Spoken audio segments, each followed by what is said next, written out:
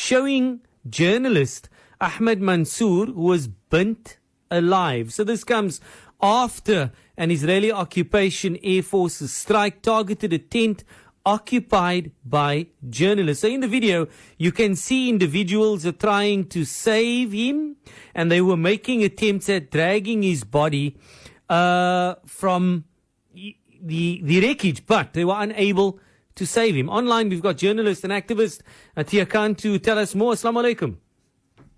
Wa alaikum salam. Thanks for having me. Jazakallah for joining us from a journalistic and activist perspective. This latest incident involving Ahmed Mansour, one of many where journalists are continuing to be targeted by the occupation forces, but in the most horrific way.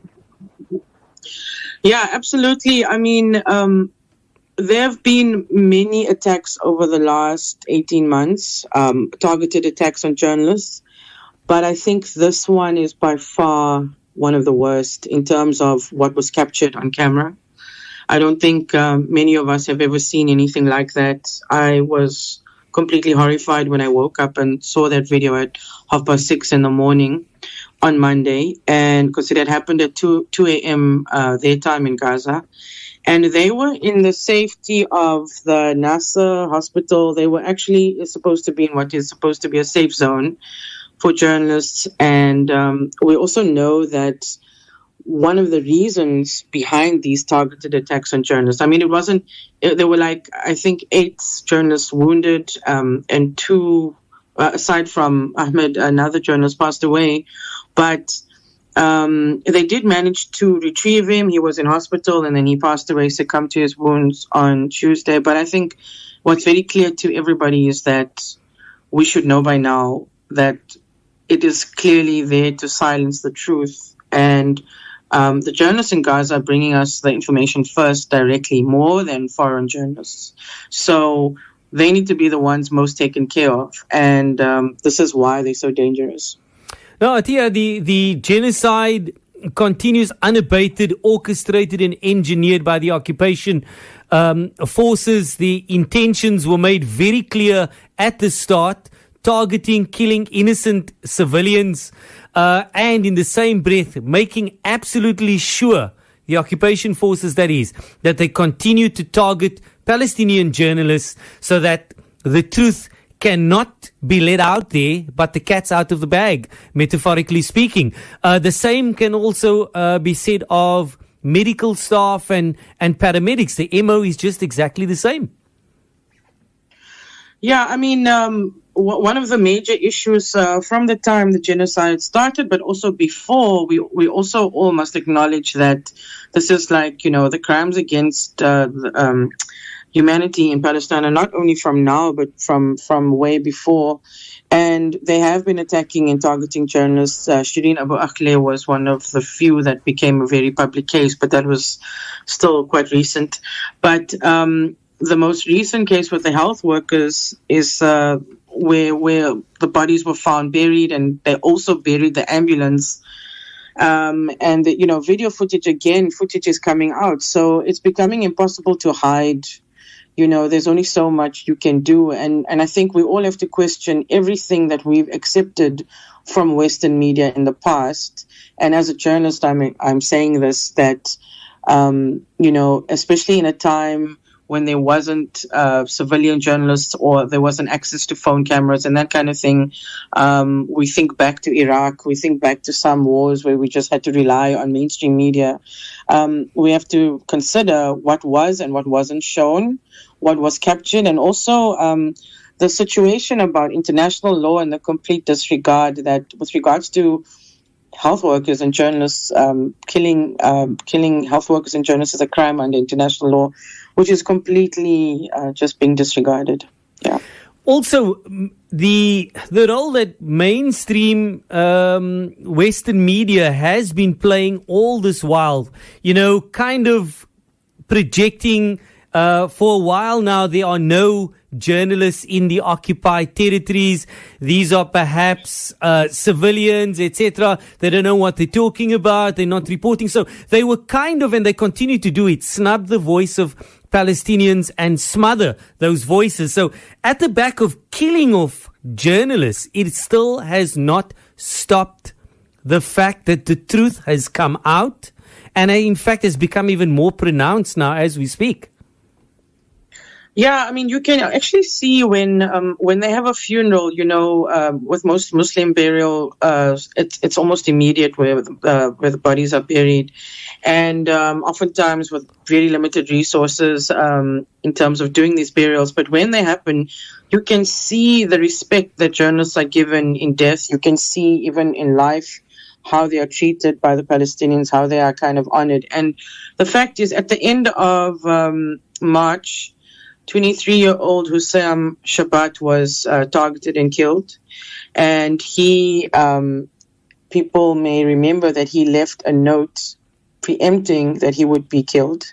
And, he says in his letter that, he wanted to finish his studies. He did study, but he wanted to continue.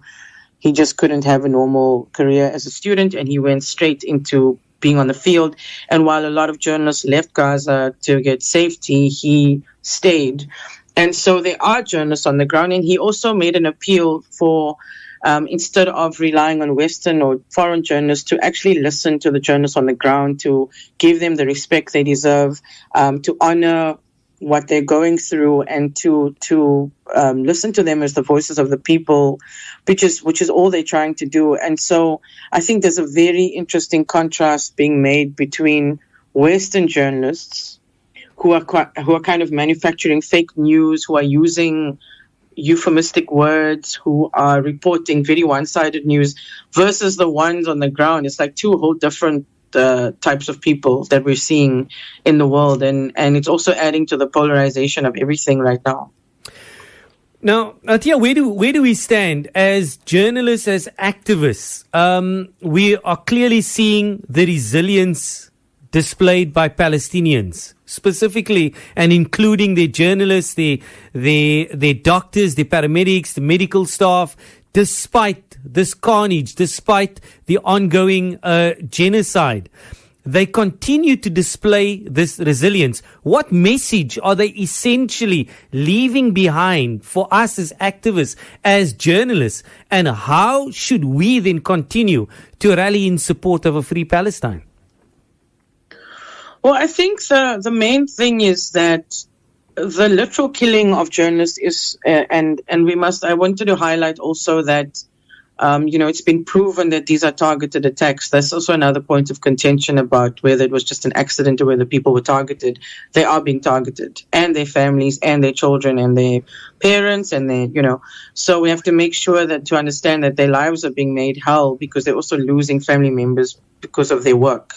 So that's the first thing. The second thing is that we have to continue to amplify their voices. We have to continue to speak up, spread the news, continue to, make sure that we're not being silenced. Because also in South African media, there's a lot of, there's a lot of people still scared to speak up. And I understand, people have jobs. But, considering our own history of apartheid, that should be very questionable into like who's editing and who's allowing what to go through. I know that certain people maintain a very clear line where the journalists can be activists, but I think in the case of a genocide, you don't really have a choice to actually make a choice and stand, to actually make the decision to stand up for what's right while we are still around. And so, and one thing I also wanted to add is that a lot of these journalists are operating without electricity, often without food, without a shower, without access to charge their equipment, their cameras, So we must understand that they're doing their jobs despite everything. And then we still have the Western bias that is put on top. So they're risking everything. They're putting their lives on the line, their family lives. They're putting everything just to make sure that, we receive it. And what are we doing with that? Why are we just disregarding it as if it's nothing? So even the ambulance, the voice note of the ambulance member that passed away, he says he apologizes to his mother for choosing a job that chose to prioritize saving other people, and in the process, he ends up dying himself. So I think it's only right that we do what we can to honor our colleagues who are still in danger, and many of them will continue to be targeted, and that's just the sad reality. And also, just one final note, that we don't actually know the correct figures. Different people have reported things differently, but at the moment it stands at 230 something, but I estimate that to be much higher. Yeah, indeed. Atiyyah Khan, journalist and activist. Jazakallah, thanks so much for joining us on PM Drive.